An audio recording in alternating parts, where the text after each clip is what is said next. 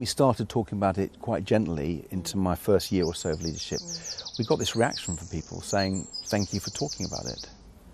And so we sort of felt we had a duty to. I've talked more about my whole life as a carer because I lost my father when I was 4, so mum was widowed, age 36, with 3 boys under 10. But then she got ill. When I was 9, she told us she's got breast cancer, she had a mastectomy. My middle brother nursed her till she died when I was 15. So I was a young carer.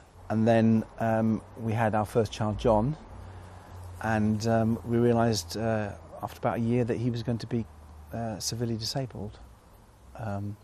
So I've had a caring in different ways in my life, and it's quite clear that millions of other people do. We're not unique in any shape or form. But this story, or what happens to people when they haven't, is never told. It's never spoken about. People just get on with it. A lot of the thing about being a carer is it's absolutely exhausting. It's physically exhausting, it's emotionally exhausting. By the end of the day, you're finished. So it's been part of your identity, really, ever since you were a boy, having to care for your mum from the age of 12 onwards. That must have been really hard. I never thought of it sort of like that, as a carer. You don't think you're a carer, it's your mum. You don't think you're a carer, it's your nana. You don't think you're a carer, it's your son. You just do it. And millions of families just do it without identifying themselves as carers, because you're doing it because you love them. I know you talk about how much help you get, but what does a day in the Davey household look like when it comes to juggling your job, because you've got a big job, your job, and looking after John? First thing sort of starts about 5:36, and I hear John calling for Daddy. So he first said the word Daddy when he was 9, which was quite a big day. Before that, it would just be shouts, but now he says Daddy.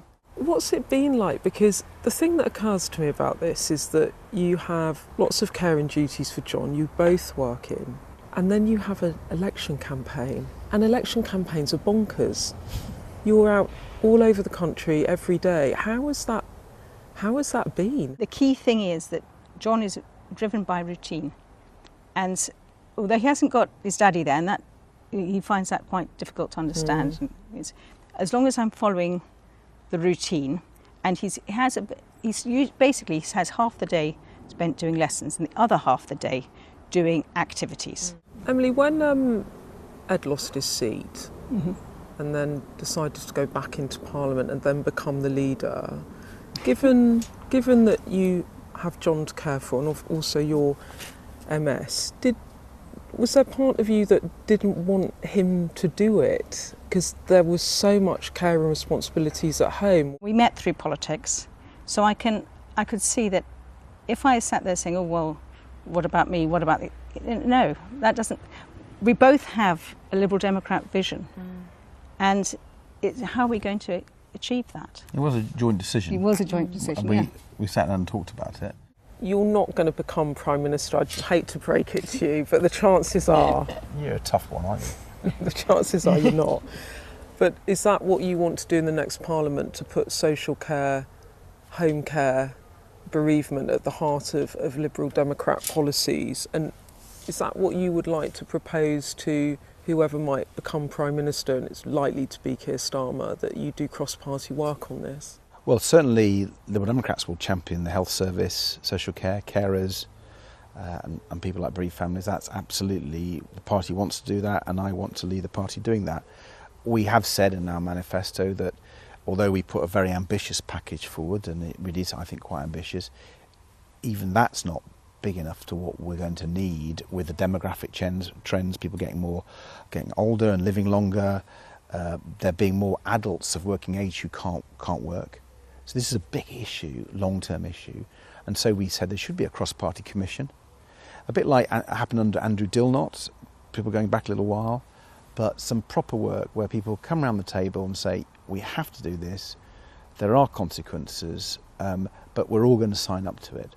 And I think if you don't do that, you won't get the political commitment, you won't get the consensus, and you won't bring people with you.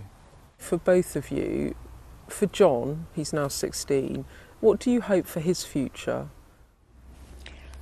Well, I'm afraid I'm not very good at looking into the future. I can work about one day ahead, 1 week ahead. I mean, the first thing is to enable him to be as independent as he possibly can be and be the wonderful boy and man that he can be. It must be really hard. Is that the hardest thing? I think about it quite a lot, the financial side, but who's going to really care for him? Because, I mean, I think any parent would say this, no one's going to care for him like we do.